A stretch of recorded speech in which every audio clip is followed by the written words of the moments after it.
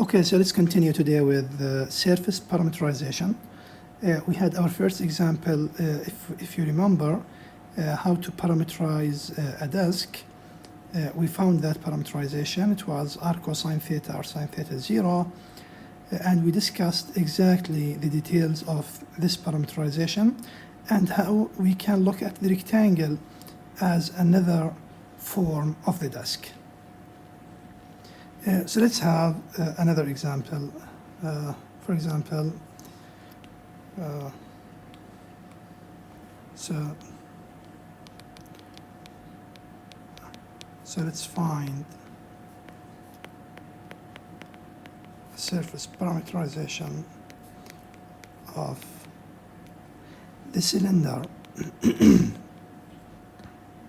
So the cylinder x, y, z, say x squared plus y squared equals, say, 4, and 0 is then equal to z is then equal to 3. So what is the cylinder? So x squared plus y squared equals 4 for each z between 0 and 3. So if you imagine the z-axis starting with z equals 0, let's say here. So this is the level of z equal to 0, and this is z equals 3. And at all levels, the xy equation is x squared plus y squared equals 4. So that's a circle of radius 2. Now z bigger than or equal to 0. So when z is equal to 0, we have exactly x squared plus y squared equals 4. So this bottom is just x squared plus y squared equals 4. The same for the top, x squared plus y squared equals 4. And that's true for any circle in the middle. And here we emphasize that the top and the bottom, they are not closed. So this is an open cylinder. If we wanted the cylinder to be closed from the top or the bottom, so if we needed this disk, the equation is x squared plus y squared is less than or equal to 4, not equal to 4. So in our example, we have a fully open cylinder from the top and the bottom. So now we want to write a parameterization for this surface. First, we observe that the z is independent of the x and y. So when we write our equation, let's say r of u, v, again, these are 3 components that must satisfy the cylinder equation. So for the x and the y, they form a circle. So basically the x and the y coordinates, they must satisfy a circle equation, which is a sine cosine. So if we write cosine u for x, sine u for y, so now looking at these 2 coordinates, we know that x squared plus y squared is equal to what? Is equal to 1. But what I want it is to be equal to 4. So to make the cosine and sine equal to 4, we just change it just a little, and we say 2 cosine u, 2 sine u, and in that case, x squared plus y squared is equal to 4. So these 2 coordinates, 2 cosine u, 2 sine u, this guarantees the circle in the xy plane.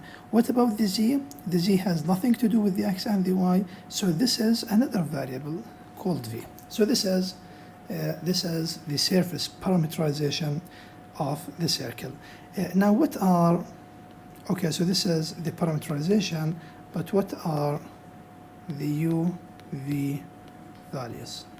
So this means if you draw the u, v values, what is the domain of u and v, that through this parameterization we get the cylinder. For 2 cosine u, 2 sine u, to give us a full circle, the full rotation, the u has to be between 0 and 2 pi.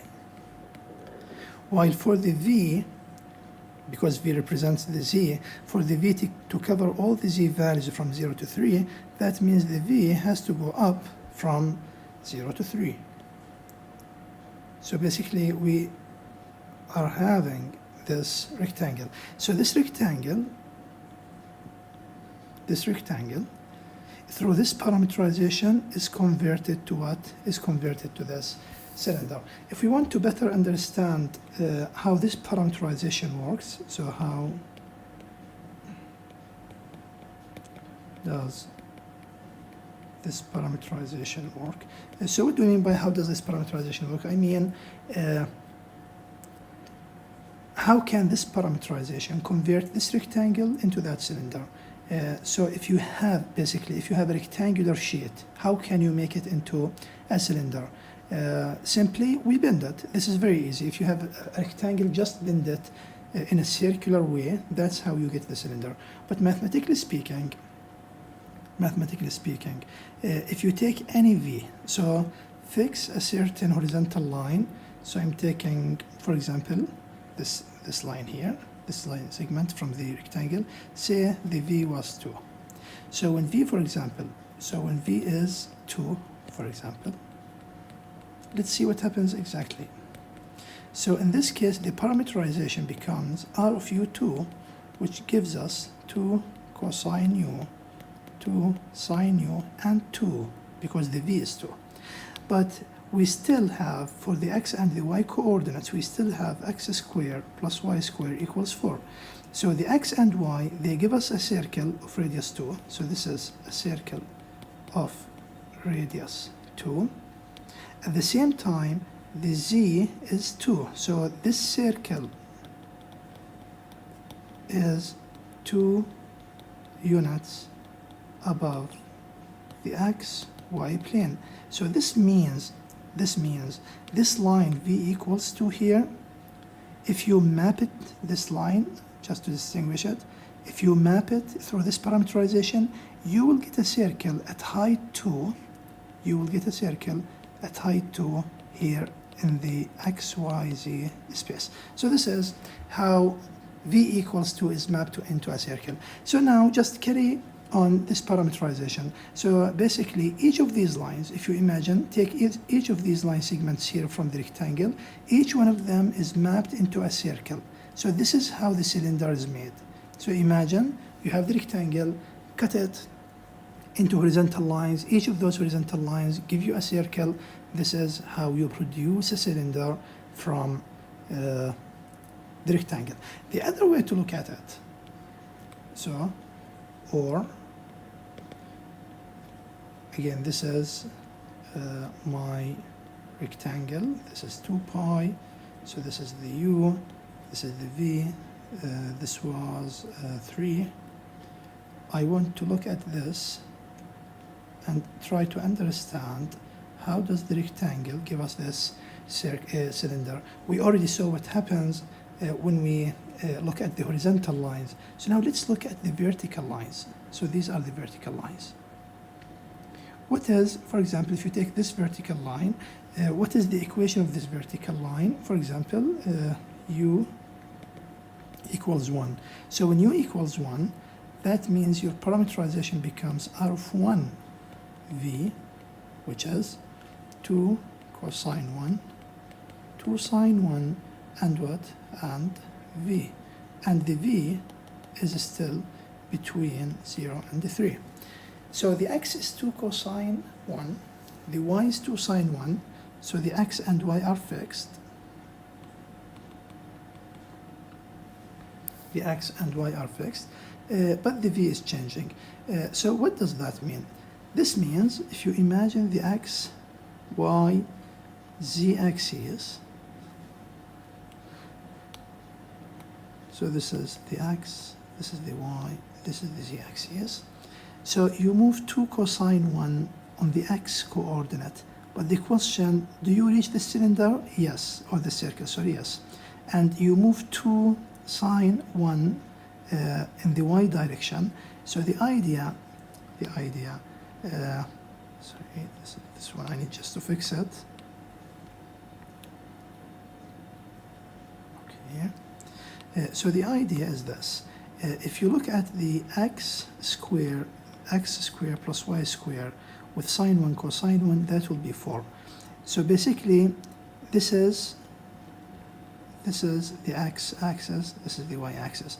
If you take theta as 1 in the polar coordinates, if you take theta as 1, so this is the x, this is the y. If theta is 1, this is a small angle here is 1. So 2 cosine 1, 2 sine 1, it will be some point here. So this is 2 cosine 1, 2 sine 1 in the xy plane. So if you imagine, you will have this point here at the edge of the cylinder exactly. Then the v will be moving from 0 all the way up to 3. So if we have a bigger picture, so this is the cylinder, this is the cylinder, this is the x, the y, the z, x, y, z. If you draw a certain angle 1, so you will have a point here. This is the 2 cosine 1, 2 sine 1. Then the v values will cover all these values on the cylinder.